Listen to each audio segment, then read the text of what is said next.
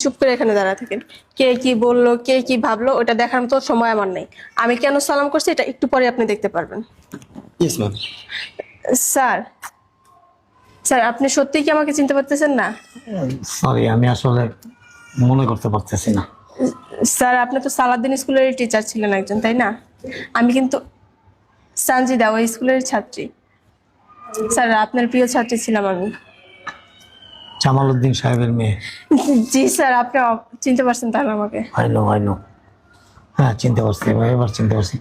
তুমি ভালো আছো না? জি স্যার আমি ভালো আছি, কিন্তু স্যার আমি তুমি পুলিশের চাকরি করো? না স্যার।